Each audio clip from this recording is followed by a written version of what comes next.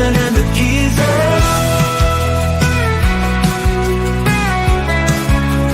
Munson and the Geeza.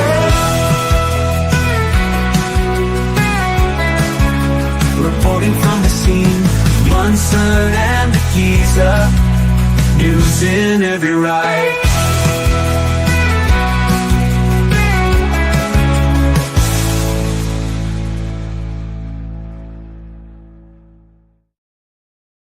News in every ride. Oh, he's got his Poo scooper. Poo scooper. Have you got a sausage dog? we think we Or are you scooping it before it comes out? we figured out what this was. Yeah, we did. But I just wanted to say, for anyone who was wondering, last week I did take my stool samples into the hospital today. Hey, do you want to hear? Do you want to hear the funny thing? Hey, no. I should say, Carl, how you doing? How you doing? I'm very well, thank you. How about you? We're going to find out more about your health in due course. I get the feeling. Well, I'm going to.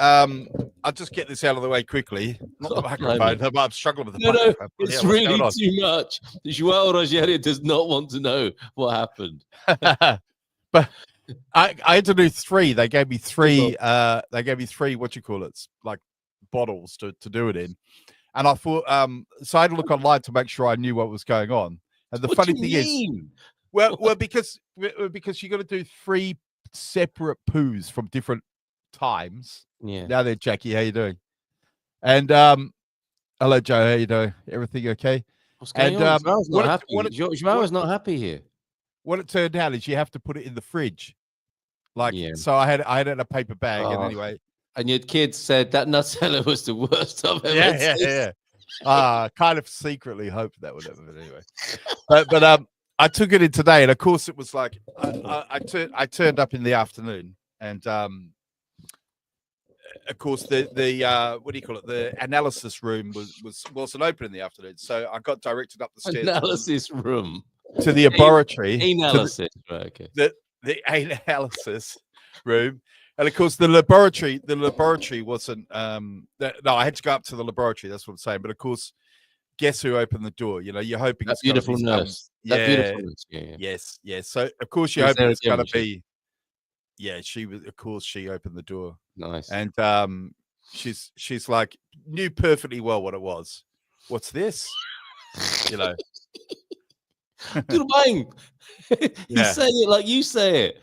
I said, well, it's my sample. You remember me from last week, don't you? She's like, oh no, she didn't remember me. Oh, really? Yeah, she remembered me. Yeah, I mean that means that she might be crazy about you, but obviously got a bit flustered and didn't want to let on. She was just shy, and then of course she had to look in, didn't she? She had to look in while I was there. Oh then, no! Okay. Yeah, you know what I mean. It's just what she say? More fiber. Yeah, she said less fiber, less corn. You know, right? Yeah. Look, well, Rogério, he's got a few things on his mind. I'm not sure if he's responding. I think he's implying that this is a very British conversation, and believe me, it isn't. It isn't. We're being very frank and open, aren't we? Yeah, we're being very maybe very French. Yes, or German.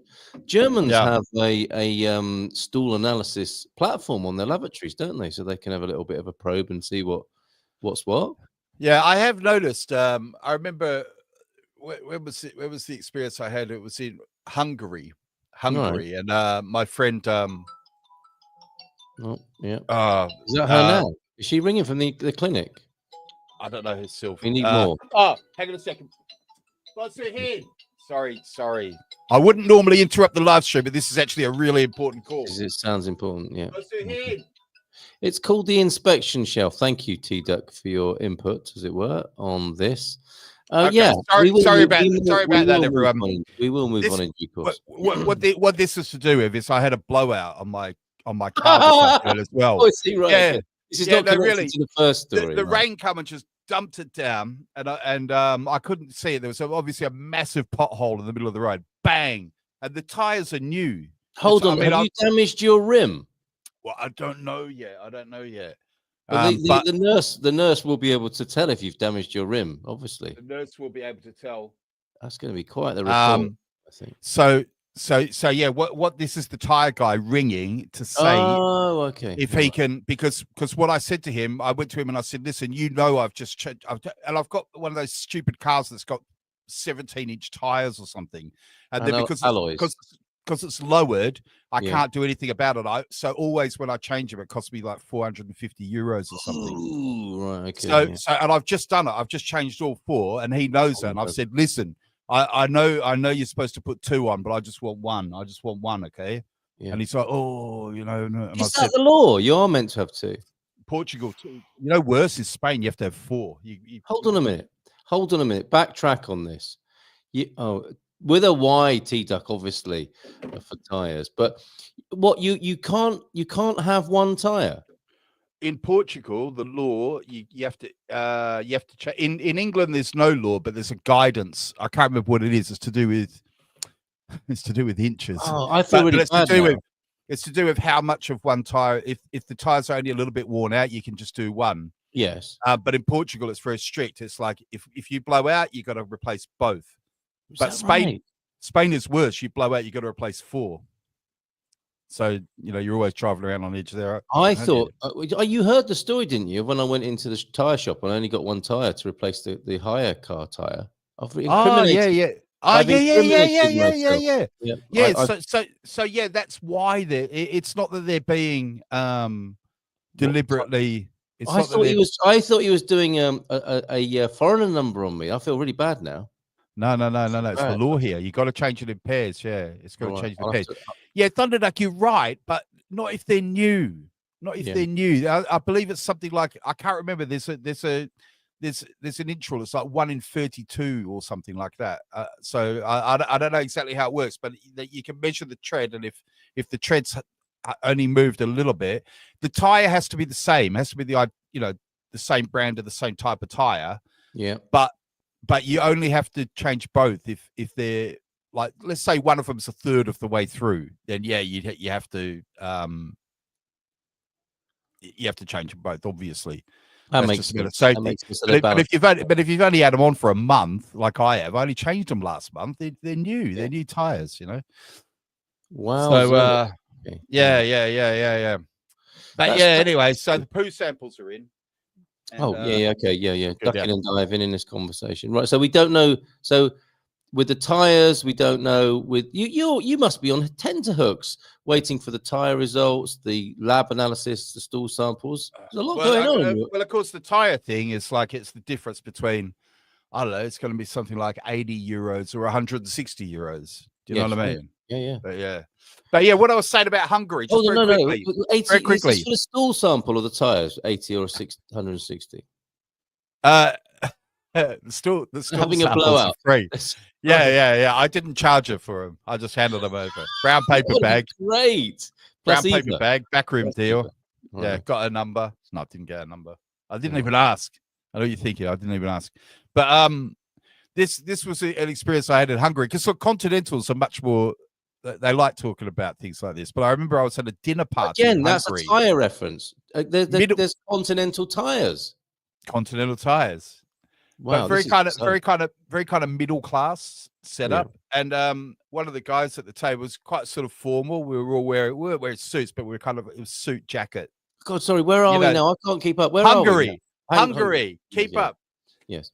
And one of the guys got up and went to the bathroom, and then came back and said, don't go in there for 10 minutes. Whoa, so smelly. I did a very big shit, And I'm like, oh dear.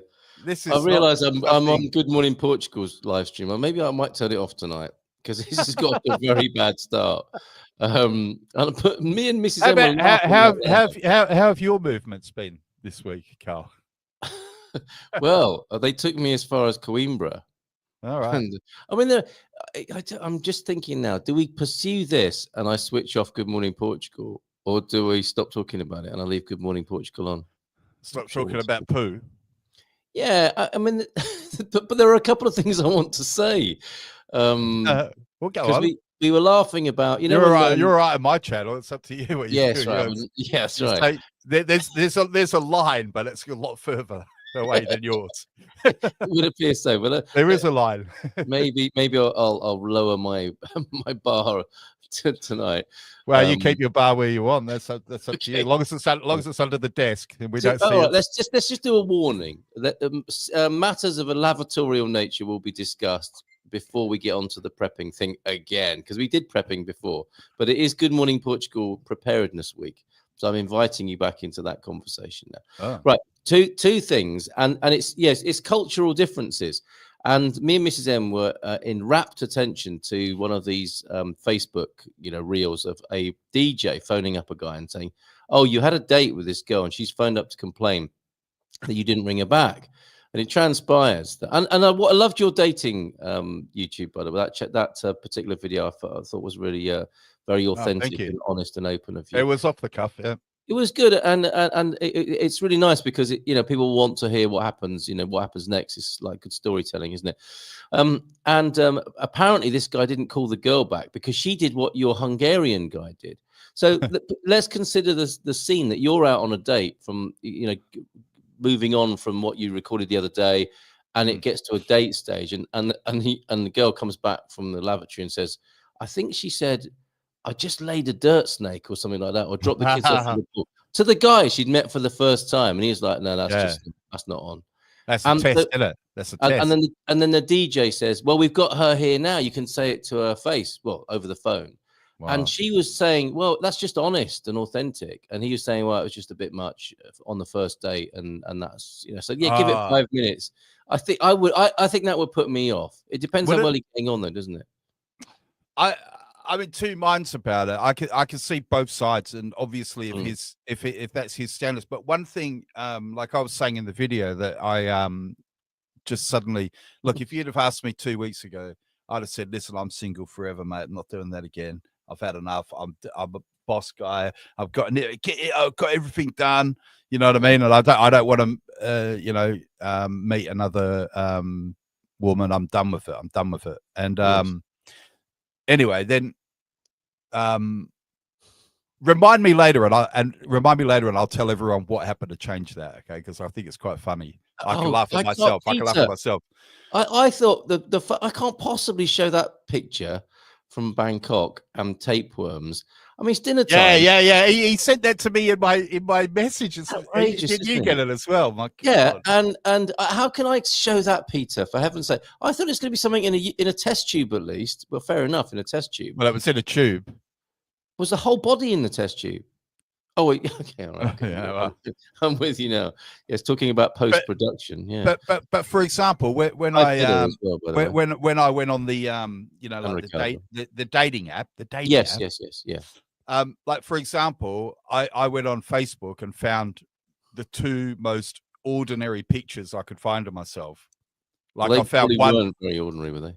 One of me just standing in Lagares de Beira somewhere, showing everyone one of the fire trucks. So then I made a point of finding another one of me not with my hat on, because I thought, well, I better let them see me bald, because better see me than a presentation. Do you know what I mean? Absolutely. It's a balance to be struck, isn't there? Because you could say, well, you could have just sat there in your pants on your sofa. No, but you know what I mean. It's like normally, if you see me around, this is pretty much how I look all the time. I wear, if the weather allows, then for me, shorts and t-shirt is it.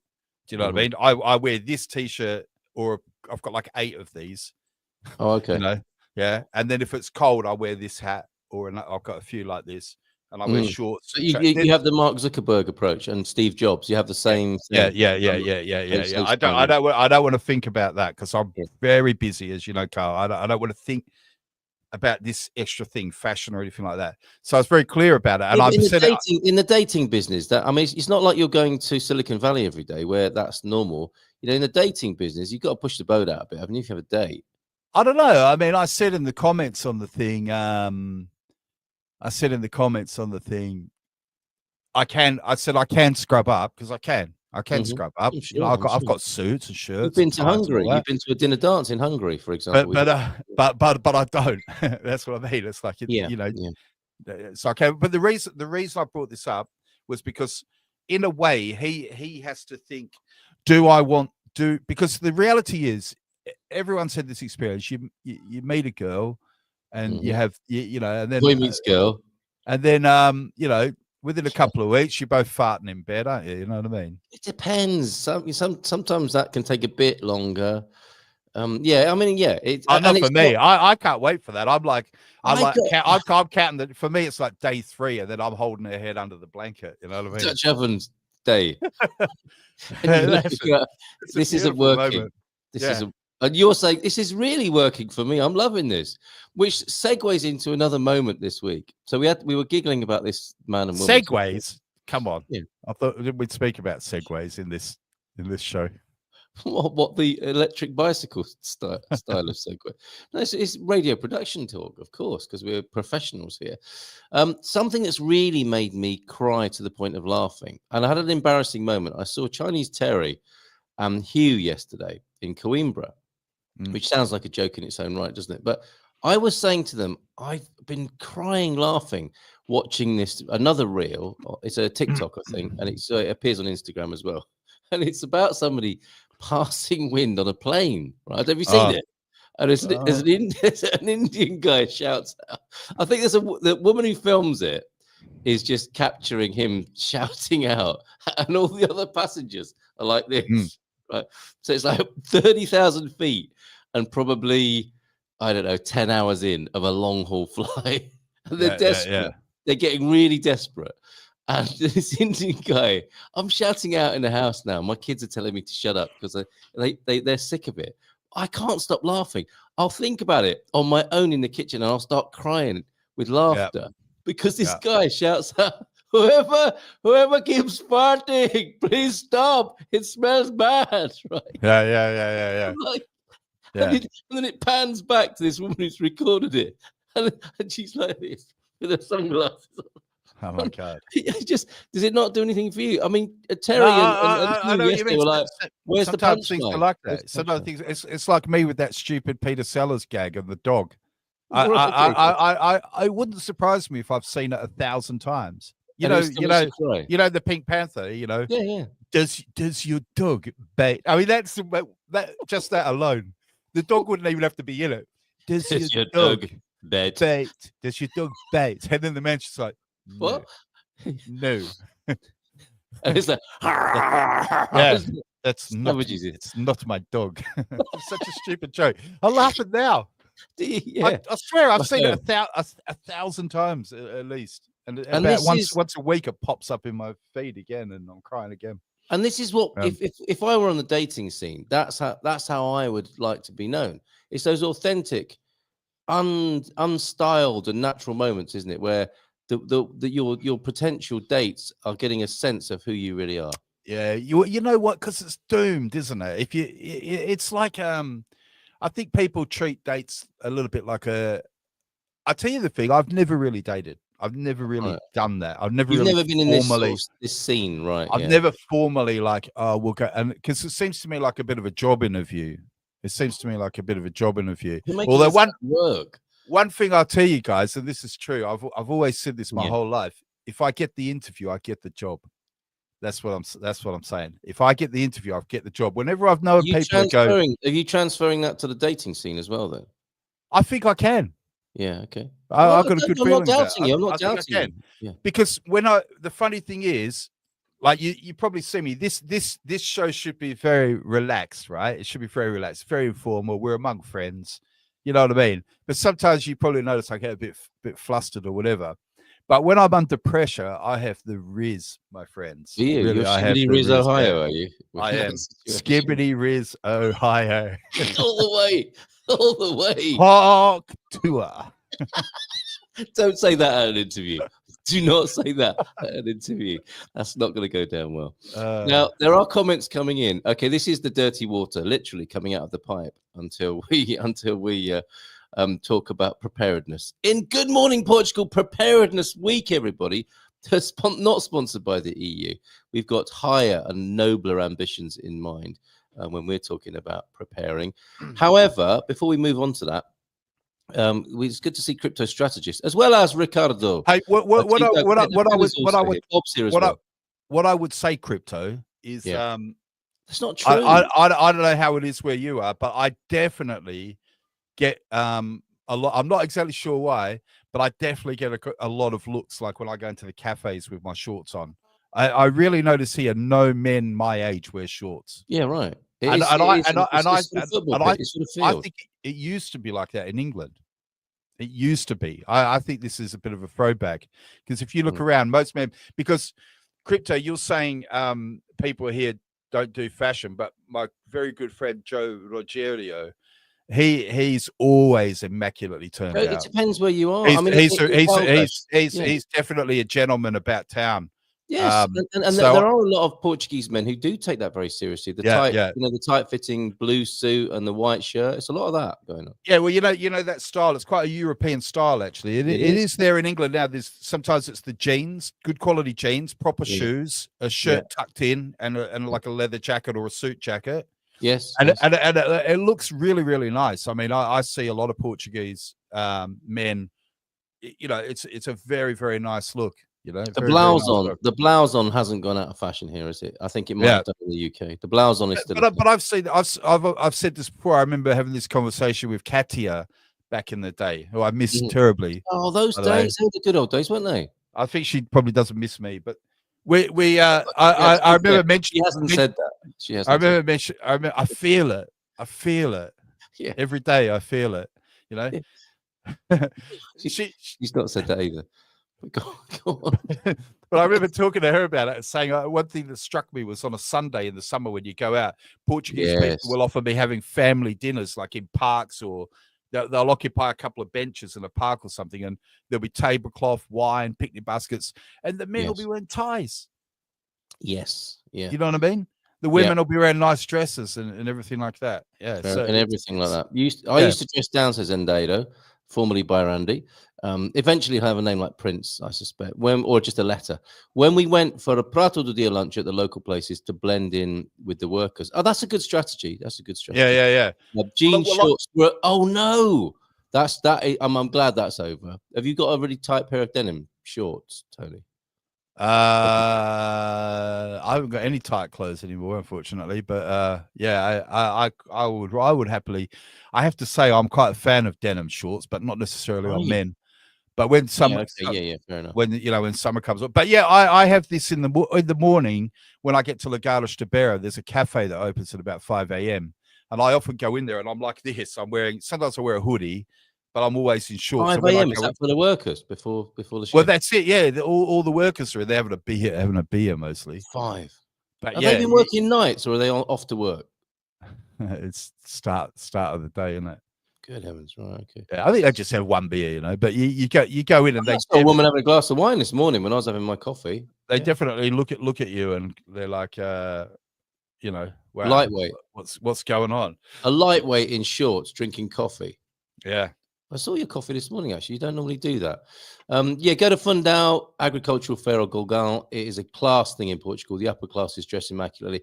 Go to the Alma Centre side of Coimbra, where all the academics and doctors live. They're dressed up beautifully in the Alma Centre. You go to the other shopping mall, it's for regular people. Go to the Alma side, and it's a thing that they want to be noticed and admired. They're dressing for that purpose. I think, to be fair, crypto strategist, it does happen some places. Although he's coming back at us, I am saying people are badly dressed here. The number of people I see in awful clothes is astonishing. As for the suits you refer to, they look cheap and cheerful to me. Wow, that reminds me I need a new hoodie. Yeah. And Freedom is here. And I think he likes your central Portugal style of fashion. Decathlon for the win. One thing I'll say, Freedom, is one thing I do love about crypto is he's not pretending. He's not pretending. Do you know what I mean? Like he's not. I know what you're saying. Has he got anything positive to say about Portugal? But what you see is what you see is what you get with crypto. You know, and he lives there for a reason. He lives there for a reason, doesn't he? Yeah, he's been very upfront and honest about his reasons for being here, which are basically. Oh, and thank you, by the way, upfront and clickbait stuff. That I took a clip out of our last conversation on Good Morning Portugal, where you were having a go at the food. 1,700 short views. I never. I mean, 100 people, 200 people watch the show. Then you put Portuguese up saying, "Don't come here for the food, looking for the Mediterranean diet." 1,700 in 2 days. It's depressing. amazing. I mean, It's amazing. thank you to you, but I mean, it is depressing how that works. It is. Grandad? It's At horrible. Agwood, 8:30. Mind you, he had been up working the field since 4 a.m. He deserved that. Get that man a drink. Right. We're approaching the second half of the show. As I say, we've discussed prepping before, but things have changed a little bit since we first discussed that. And the slide today is of a young gentleman pointing to some beans, and he has a tinfoil hat on. In talking about this preparedness week, Jason Hall, who's on the show tomorrow morning, said to me, prepping, that's something only conspiracy theorists used to talk about. Or it would get you the badge, the label conspiracy theorist, if you talked about having a few bottles of water in and some beans in the cupboard and some medication and stuff. Now it is EU guidance, Tony. Did you see that about a month ago? Less than EU telling people to prepare for any eventuality, get water, get a non-perishable food. Can we ask? Let's ask our community here how they would see. Let's give it the same time scale that the EU are talking about. 72 hours, how to survive that off grid and on your own. Would you agree? 1 gallon, 4 liters of water per person per day. Yeah, something like that. Something like that. Yeah. What's that in liters? 4 liters. Yeah. It seems like a minimum. I would prefer to have excess. Yeah, for sure. Yeah, not having to sort of dish it out in rations of teaspoons at a time. Yeah, I mean that's definitely your liter a day drinking, and the rest presumably is for washing and so on. On a crypto strategist, he used to live next to the Alma Center, and sadly went to the Uni of. I was blown away by the old library and the Royal Palace. I went there for the first time on Saturday. Crypto strategist, you unimpressed about that as well, and was taught by those aforementioned academics. Oh, shut up now! I'm a nasty man. Okay, owning that, fair enough. And of course, conspiracy theorist, CIA invented label. Good-o, says Dougie, who's here, a good friend of yours, I think, increasingly so, Portuguesa. Yeah, I like Doug. He's another honest guy. I'm just trying to. I'm sort of feeling around, following up a comment you made last week about your vegan outreach work, and suddenly just Doug appeared on the screen. That's all. Too much is always better than not enough. With water, too much isn't always good, but always better than not enough. Yeah, you can always leave a bit of length outside, can't you? Like, don't put that on your dating profile. Going back to that for a moment. And Jackie, you haven't said hello to Jackie. Well, I wouldn't, because, like I said, I want to be upfront and honest. Okay, all right. Hence the tumbleweed. Maybe, Tony. I'm just saying. I live off grid and record 7 liters a day. Then so double that. Okay, that's interesting, Jackie. This is what I want to know. But does that include cooking? I think that includes cooking. I think cooking and personal hygiene, I suspect, as well. And what about food then? What are you thinking? 72 hours, 3 tins of beans, job done. Can of beans is what is it? It's like 350 calories or something like that. Are you talking about prepping in terms of how many calories and carrying on with your flipping? Well, to be honest with you, 3 days you could just not eat. Honestly speaking, you could just not eat. Yeah. But once you start getting into the 2-week mark, you have to eat to keep your energy up. And the problem, what a lot of people don't realize, and I actually pointed this out in a video. I spoke about baked beans, because why I like baked beans is because it's got liquid in it. You can just eat it. You can eat it cold. You know what I mean? It kind of tastes okay, and it's like 350 calories. But what people even argued with me, and there's just no arguing, there's just science. Most adults, you're gonna realistically, especially if you're moving about, it depends what you're doing, but let's say 2,000 calories a day is kind of the minimum you want to be taking. Oh, I see. You're thinking of calorific intake to stay alive and well. You're not worried about not just alive. You want to be, vital. Vital. Yeah. So how many cans is that? So that's what a lot of people don't realize, is that 6 cans of baked beans right there. And it goes back. I mean, if you've got a family of 4 all eating beans, That's what I said 2,000 in the calories video. of beans. That's what I said in the video. Yeah, you Yeah. think about it. You need shelves stacked. I mean, obviously, you're not going to just choose baked beans, but when you start to do the math on the calories, that's when you start to realize that if you're going to take this, and I'm not even talking seriously. Serious preppers have got 2-3 years worth of food. You know? Okay, but And that's like a warehouse. You know, I should have prefaced this with my archetypes of preparedness. There is the ostrich who doesn't want to talk about it at all. Yeah. There is the conspiracy theorist, the tinfoil hat person who's been talking about it for the last 50 years. And then there's the stoic, isn't there? And each of those has a different mental attitude as well as you know, a physical attitude, if you like, to what needs to be done. So, I mean, if we don't want to get silly about it, do we? We want to stay in the sort of stoic end. I get that, but what I would say to anyone who is doing the ostrich thing, those of us who are like me, a low key prepper, I may well have coined that phrase because whenever I say it, no one really knows what I'm talking about. I know exactly what you're talking about, and I haven't really heard about it before. Yeah.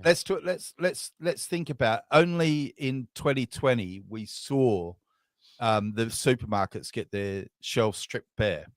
Yeah. And what I would say is that if anything like that happens again, it will be worse. It will be worse. People will panic based on their last experience of it. Yeah, but more because there'll be the people who didn't panic and didn't get anything, right? So so I think it'll be even worse next time. Yeah. Okay. So what I say, and I've said this to my sons as well, is why I have some. Yeah, I'll say it again. You've heard me say it before, and I'm just gonna say it again. Is you got to have some rice, you got to have some water, you got to have some protein, right? Yeah, you got to have some sugar and all that. You got to have that there, because in that first 3 days, you don't want to be going out with those people. Right. You don't want to be going out there because it could even become violent. You know what I mean? Yeah. Okay. Well, what you want is them to say, right, there's an emergency, whatever it is, a new pandemic, a new whatever, and you want to go, okay, and just not go out, go out, stay home. You know. Well, yeah, okay, but that depends on where you are and what other preparations you've made, right? Because obviously, if you haven't prepared, you're going to have to go out and fight for toilet rolls or whatever. Yes, but that's as well. We are talking only of a race to the bottom when it comes to toilet rolls, right? And I didn't mean to make that joke, but that's the long and the short of it, right? I'm talking if we're serious about.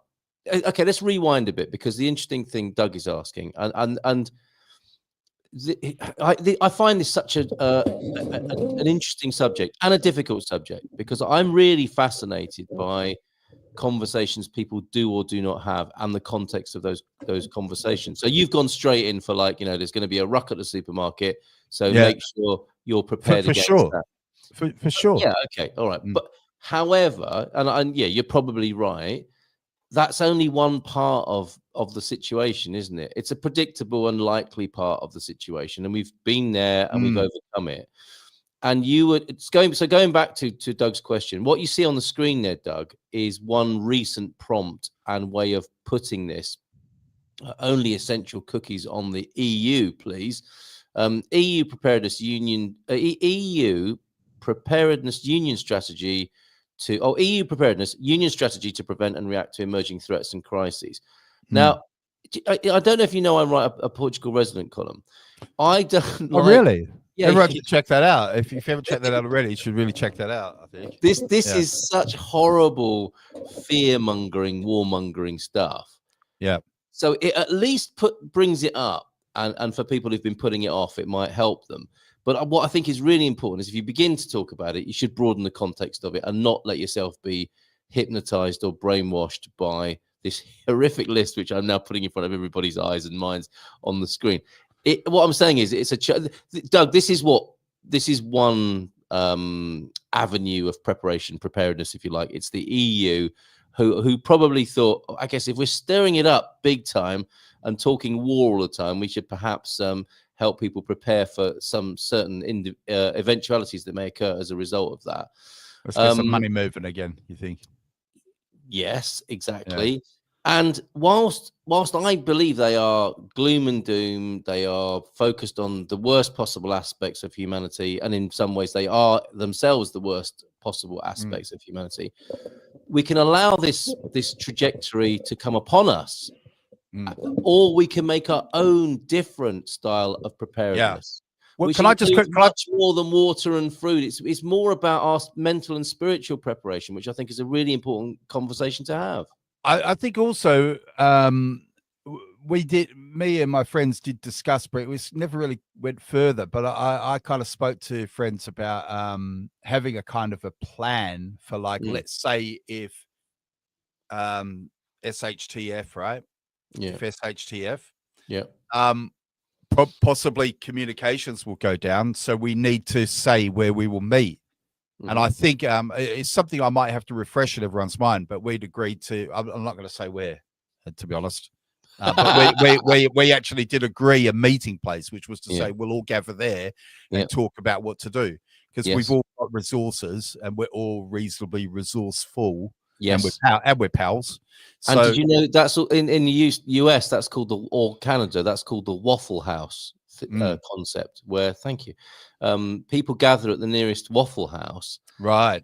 Because it never shuts. This is the place that you see in movies from back in the day, where someone's driving from one side of America to the other, and they stopped at a bit of a apple pie served by one of those ladies in a penny, and says, "Do you want a refill, honey?" The Waffle House is that place that you talk about, and it might be that 5 a.m. cafe, right, that you mentioned as well. Yeah. So the idea is to it's definitely not there. No, okay, of course not. Well, so the idea is to kind of just group in and say, okay, does anyone know what's really going on? Does anyone know what's happened? What are we going to do? When are we going to meet? So maybe every day we'll say, look, let's meet at 2 p.m. at someone's house every day for a debrief or whatever. Yes. And because that's the problem if communications go down.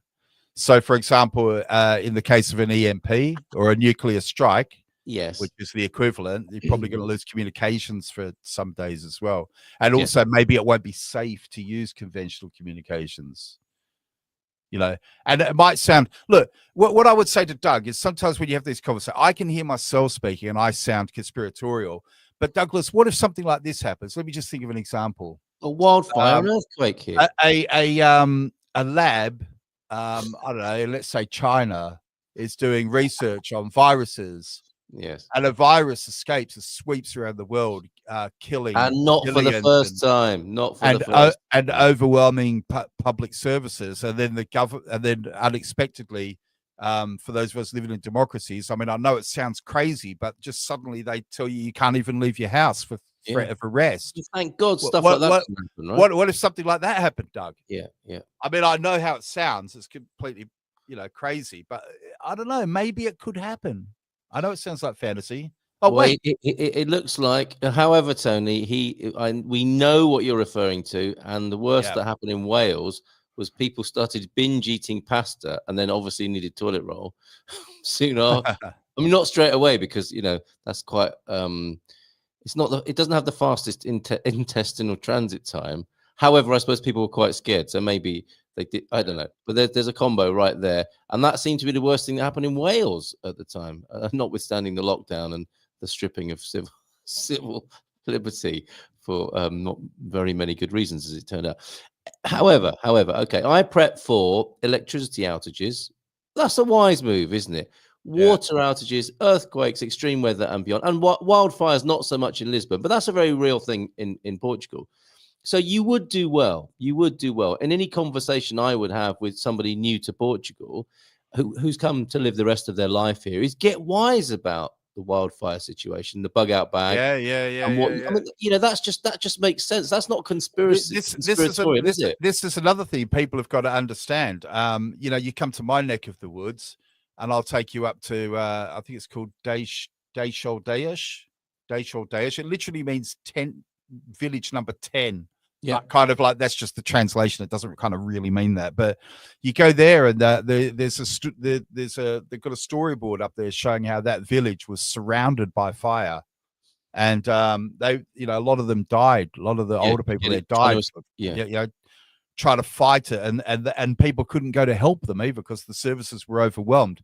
So this is another example where I speak about the for example, the virus, where it's very easy to say, oh, this is all a bit conspiratorial. Well, you know, it's not really. This stuff has happened in not just living memory, in like just recent.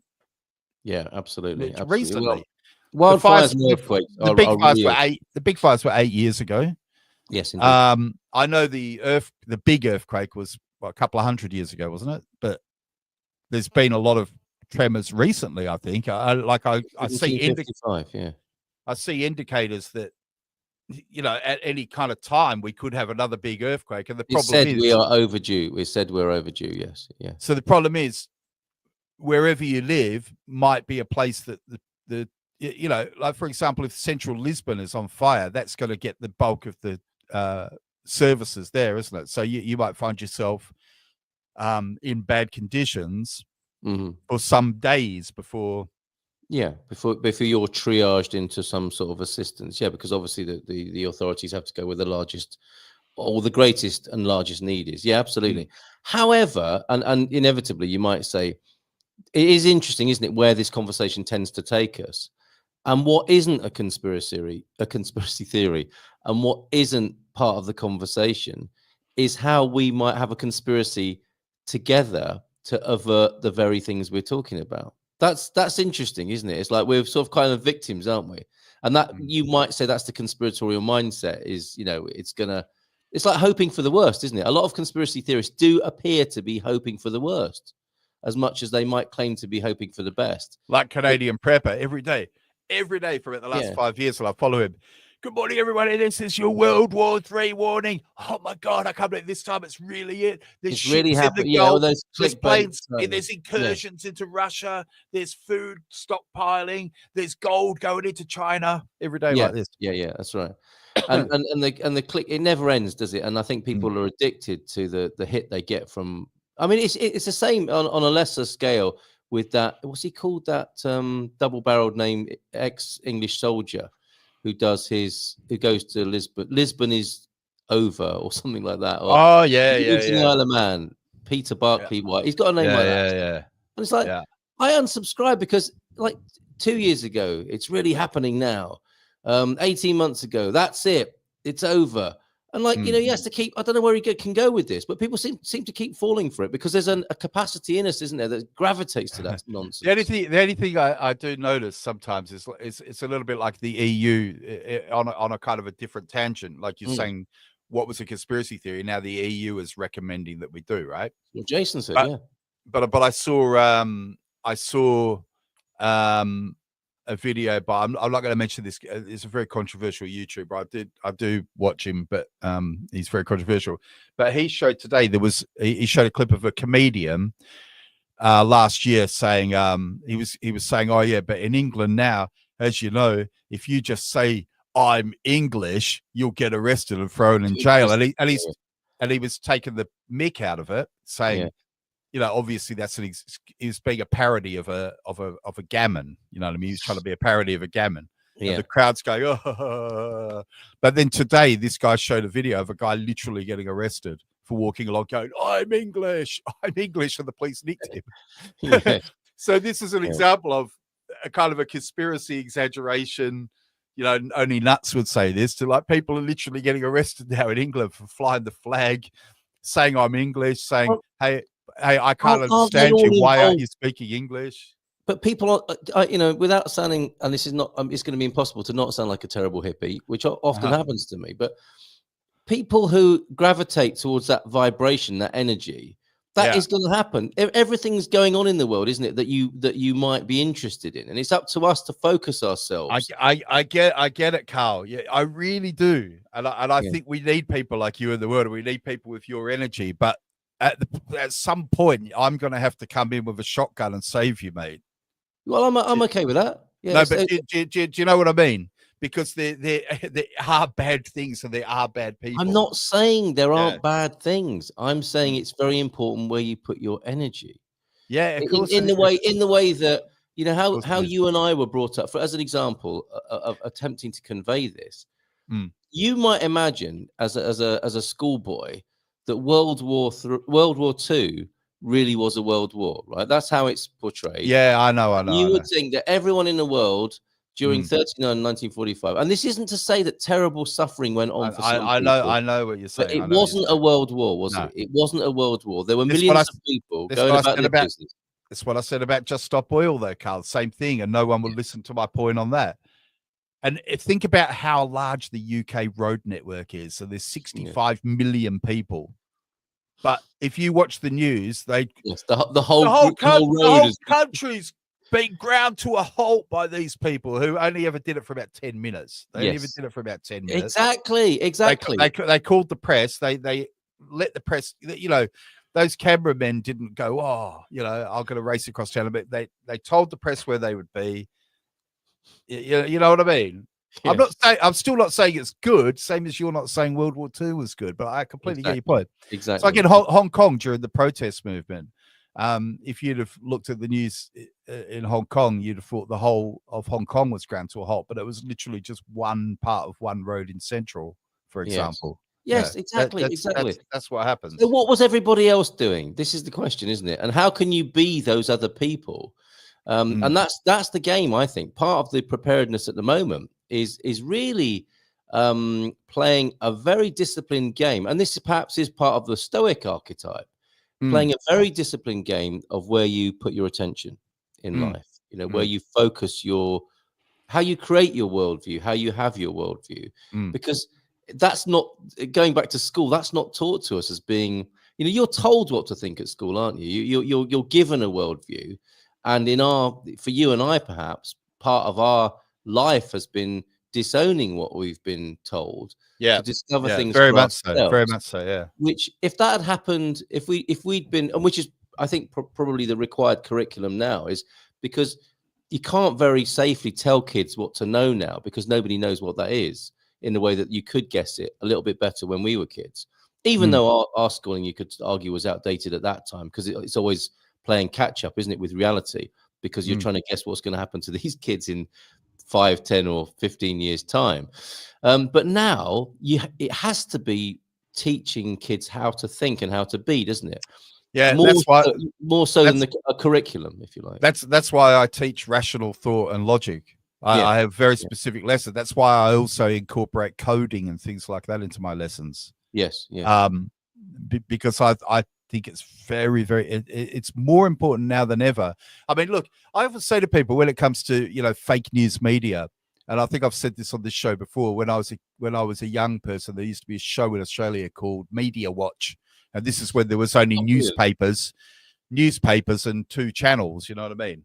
But even then, he was able to show, because he could get hold of the newspapers from all over Australia, and he would show even there the lockstep and the way the papers that were owned by Kerry Packer and the papers that were owned by Murdoch, I think, even in those days, same story would have 2 different angles, you know what I mean? Because one of them was conservative and one of them was left wing, right? How it works.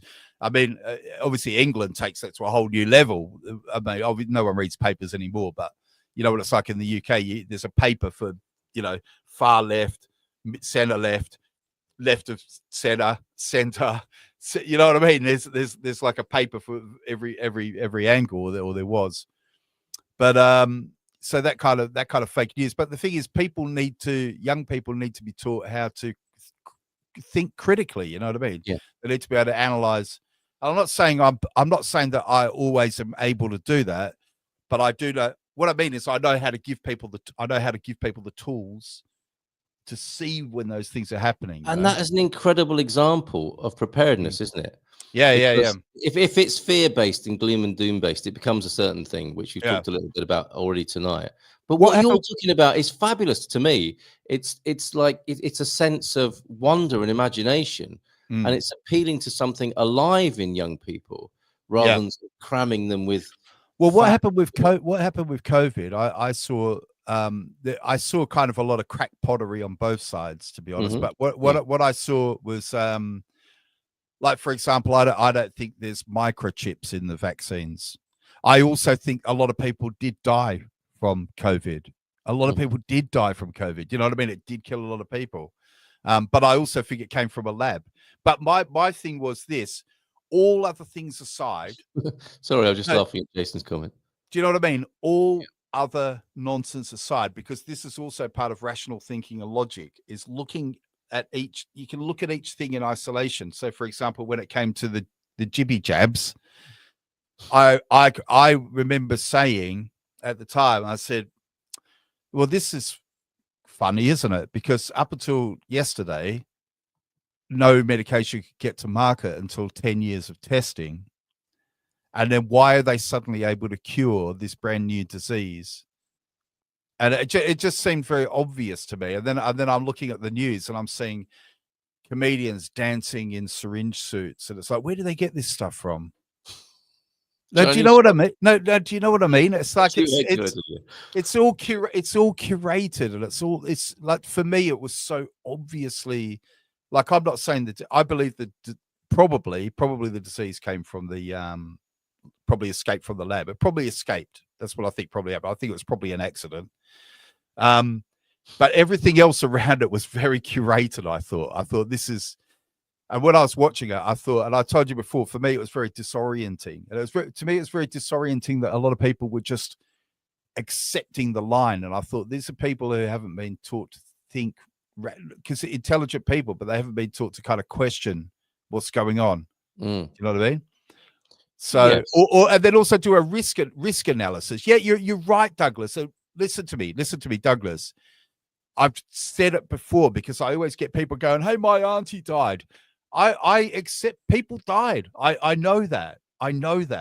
Right?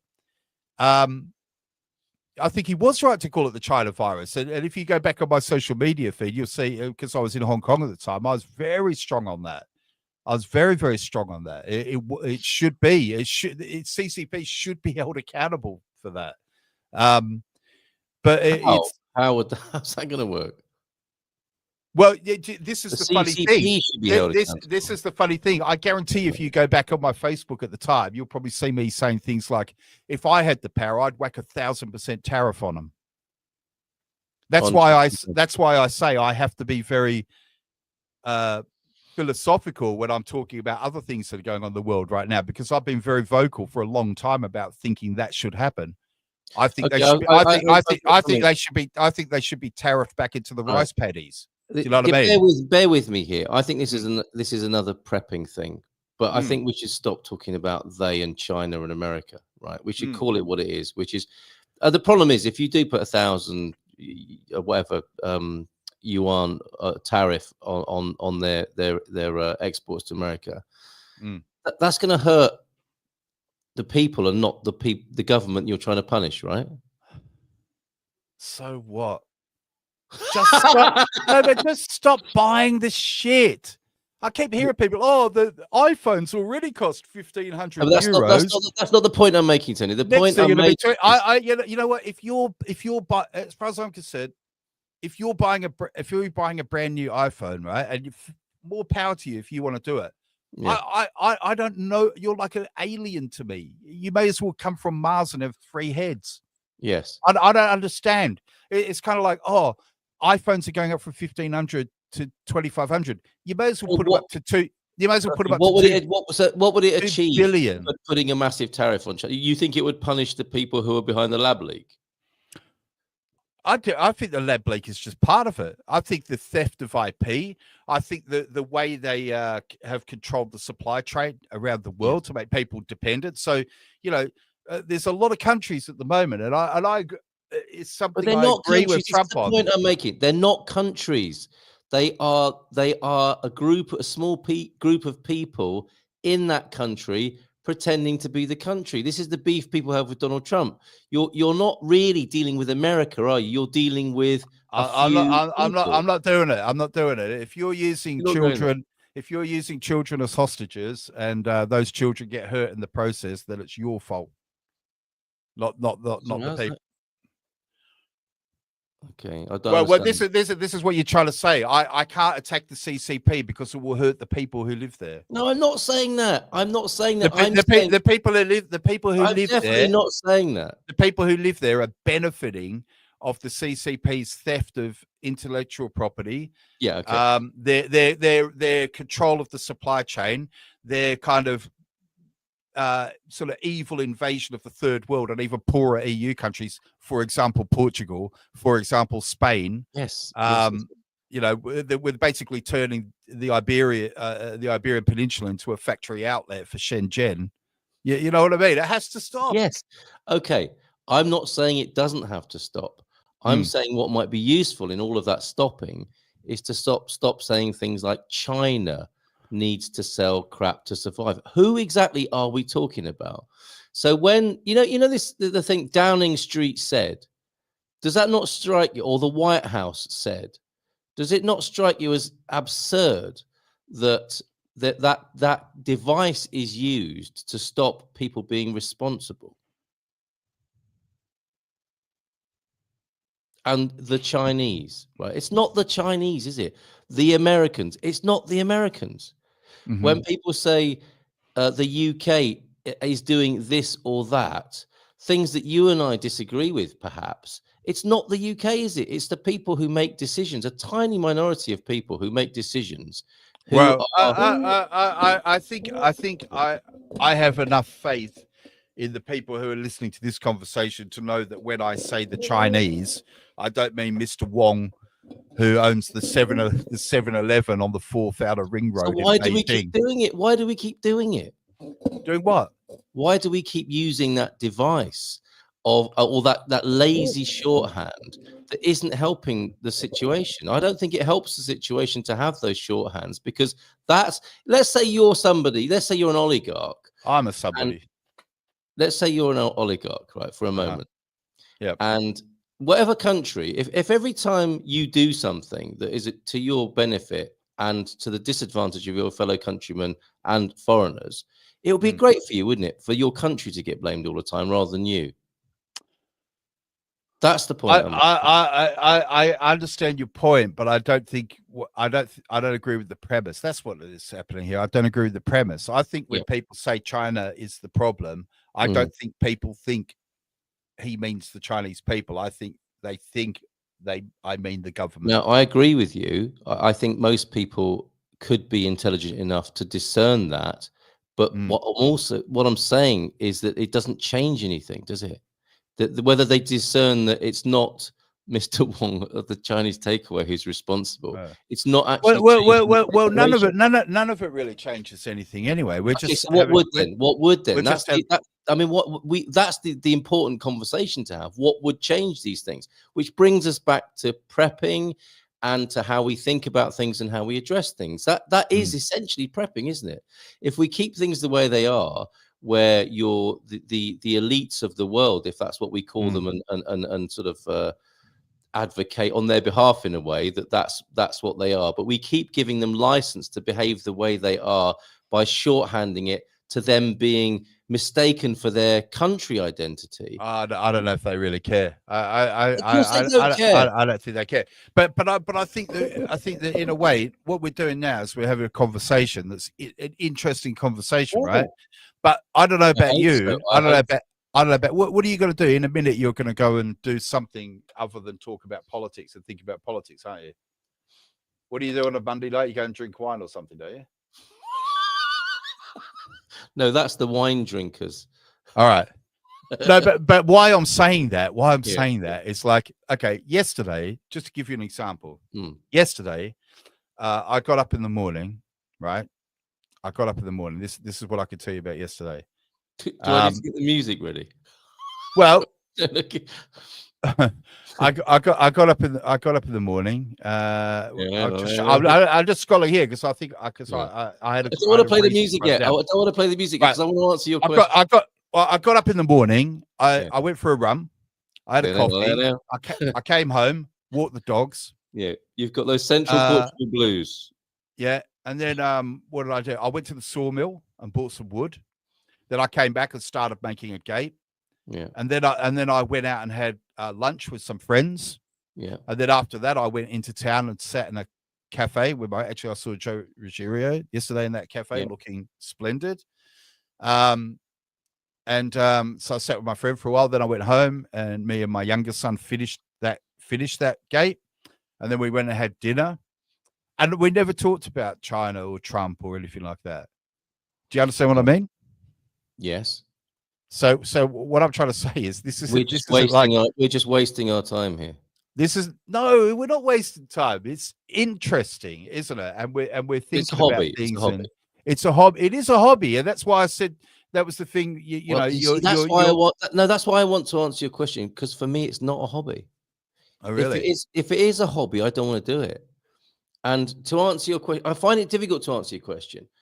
Well, we shouldn't do it. Well, we shouldn't do it then, Carl, because I never want to talk about this stuff ever. How do you mean? So why? Oh my God, this is a bombshell moment. So I don't like talking about it. I don't like talking about this stuff. I'd rather talk about like farming and I don't know. Like, what have you done this? What have you done this week? Yes, and I understand that. I understand that sentiment completely, and agree with you hugely. Yeah. To me, why it's not a hobby is because if I can talk about something that I'm uncomfortable with and find a new way to talk about it that gives me freedom. Yeah. That's useful. That's why it's not a hobby. You can look at it like that, but I think we've already had the realization, and we've already spoken about it, not just me and you, but also with our subscribers, that we're not really solving anything. We're not doing anything much. We're not doing with regard to solving the problems of the world. We're no better than any other keyboard warrior. No, and that is not my endeavor here. I'm not pretending. Exactly. What if I can disclose my very selfish motivation here?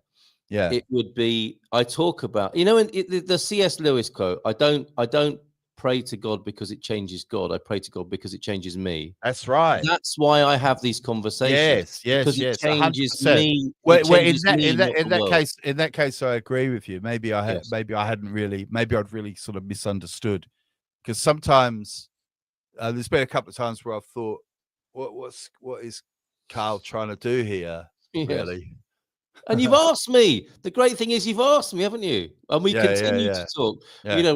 Because I don't think I'm going to change anything, but I make observations. Like, for example, in another controversial subject, of course, is like the Gaza situation.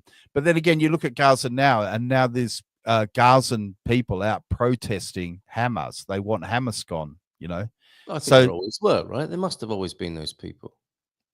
But either way, they've been if there were, they've been emboldened, haven't they? Or they've been moved into a more prominent position. Yeah, there could be all sorts of reasons for that, couldn't there? But that can be a consequence of that kind of pressure, can't it? And that could be something that happens, because at the moment, I can tell you right now, let's just go back to China, because I've been there. I've got family in China, Carl, and I know what it's like. Most people in China, even though what you got to understand is, for the most day-to-day Chinese people don't have any experience of this totalitarian government being totalitarian. They just experience that their standard of living is raising very, very quickly. Yes, it's a bit like the world. Sorry, we didn't get a chance to come back to that crypto strategist comment about who says it wasn't a world war. This is what we're talking about, isn't it? There is an idea about the situation, but what you're telling me, and I believe you because you have first-hand experience of this, or if not first, and just slightly second-hand. People in China don't feel oppressed. They obviously don't have the same view of themselves as we have, right? Unless they're being subversive, and then you're in trouble, right? Yes. But most people are feeling wealthier. Lots of people, they're almost like boomers in a way. Lots of like young people in sort of normal jobs have nice apartments and stuff like that. Nice cars, they're benefiting nice from things. The Ponzi scheme in which they're involved. That's right. Yeah. So, well, which brings me back to the whole. How I see prepping is prepping your mind, how you're being, and working on that. So hopefully more to the Stoic, less to the ostrich, less to the conspiracy theorist. It might be that those other positions got you on board, but the kind of the optimal state for me, I'm not saying it should be for anybody else, but is the Stoic view of these situations, and for us to be minding our own business more, which means being local and doing what you can do that you have an effect on, rather than sticking our noses into all these other yeah. We don't want to be the world's policeman. No, yeah, for sure, for sure. I mean, you know, and it's just so arrogant and conceited to think so as well, isn't it? I mean, we could be involved. Just thought I throw in a sideways Trump reference, just for Oh, I see. Yeah, I missed that. Sorry, mate. Yeah. We need a special sound, maybe, or graphic on the screen for a Trump sound. A 5D chess reference. What is it? What does he usually say? Perfect. It was a perfect phone call. It was perfect. Everybody said it was perfect. Everybody. It was a perfect podcast tonight. We do the best podcasts. It's a classic case of attempting to keep people in a state of mild anxiety. Well said, Jason. I'd agree. And your earlier comment about following the money, I think that was directly connected or connectable to what Tony was saying as well at that time. Not enough to paralyze or start a revolution, just enough of a pinch of it to promote division and make you happily pay for protection. I see. I think, yes, I can't disagree with that, Jason. See you in the morning. I think Tony's idea of China was true pre-housing crash, says crypto strategist. Not so true. Well, to be fair, I've been out for a while, so okay. Speaking of your experience at the time, we need the Chinese government here. A few Westerners who thought we'd. I mean, that sort of thing. An old bloke says down the pub, isn't it? Because I used to say that about Hitler as well, didn't I? Think. Let's not confuse commercial decisions with actual human safety. Well, I've said to you before, in China, there's a saying, which is, I don't care who the emperor is, as long as there's rice on my plate. Yes, and who can blame people for that level of that level on Maslow's hierarchy? Yeah, but see that's where I think the Stoic and the patriots, British and I think Portuguese people as well would say, I do care who the emperor is, and I will have less rice on my plate. Well, interestingly, in the time of some of the original Stoics, they were the emperor, weren't they? Marcus Aurelius was back in the days when emperors, well, it was luck, wasn't it? In a way, sometimes you had bad emperors, and sometimes you had good emperors. Didn't we you? seem to have a bad patch at the moment. I think we're having a bad. Yeah, I heard you say the other day we got Trump, Starmer. Unless they are all keeping secret diaries like Marcus Aurelius did, with profound thoughts that they're not sharing with everybody because they're a bit embarrassed. It's possible, isn't it? Marcus Aurelius wasn't publishing his work. His meditations were found after him, weren't they? They weren't sort of his propaganda in his own time. My favorite thing about Marcus Aurelius, and I say this whenever I feel, I don't always manage to say it, but if I ever feel my ego try to, get its way with you, have its wicked way with me, is that it was Aurelius, wasn't it, who hired had a slave sit behind him, and every now and again his job was to whisper in his ear, "You're just a man." Wow, very good. Yeah, very good. That was, and he had a slave that his job was just to do that, just to say, "You're just a man." Are you not entertained this evening? And talking of being just a man, you work for the man. Now, I think that's a level of criticism that actually shows you've reached a certain level of notoriety, excellence, possibly, don't you? No, so you are a plant or a psyop operator or something of psyop swamp. I'm in the swamp. It's perfect in the perfect swamp. And I wanted to say as well, you deep state sideways reference. If anything I do at home now is not received well, I say I'm playing 5D chess, and to give it some time. Yeah. I mean, you can use that. You can use that all the time, because anything that happens could be. Yeah, it could be on your gravestone. He was playing 5D chess. Yeah, he might still be playing 5D chess. That's the thing. Right. Yes. You never know. Yes, indeed. Right. Andelo, excellent. Good to see you. Good to see you all. Jackie. Yeah, fantastic. Great to see everybody. Jackie, you'll have to let me know in WhatsApp later how you're doing. Because you said something the other day, and we kind of whizzed past it, and I thought, actually. Okay. Yeah, well, but either or both of us, Jackie. Just let us know everything's all right.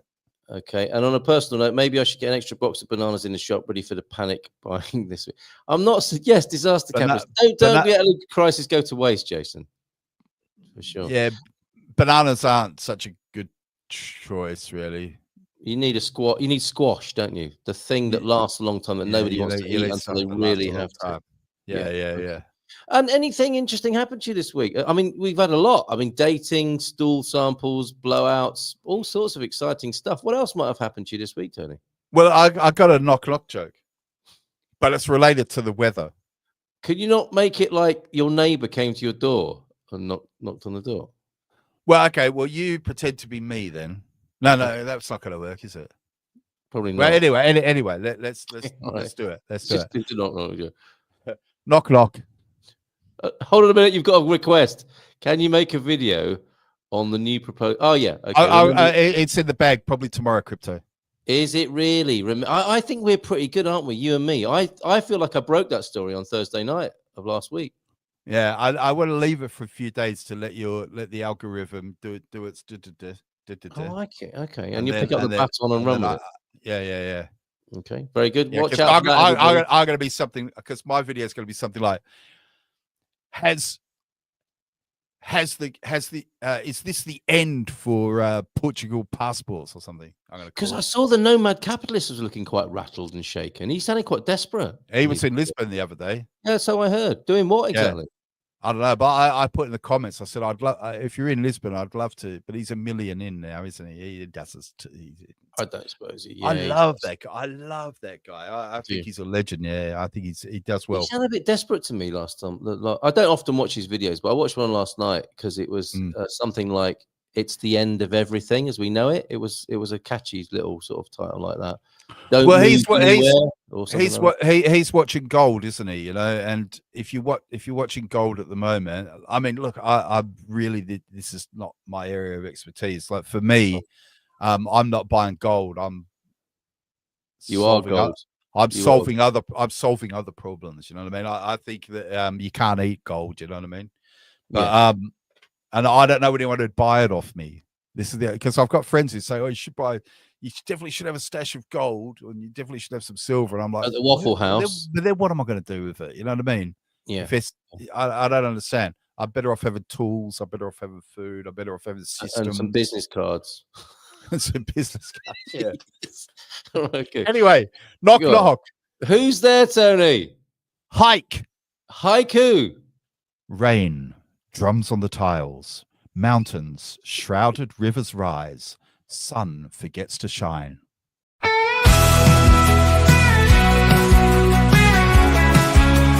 Munson and the Geeza.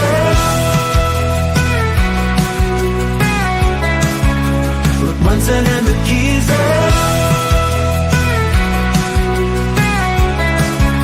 Reporting from the scene. Munson and the Geeza. News in every ride.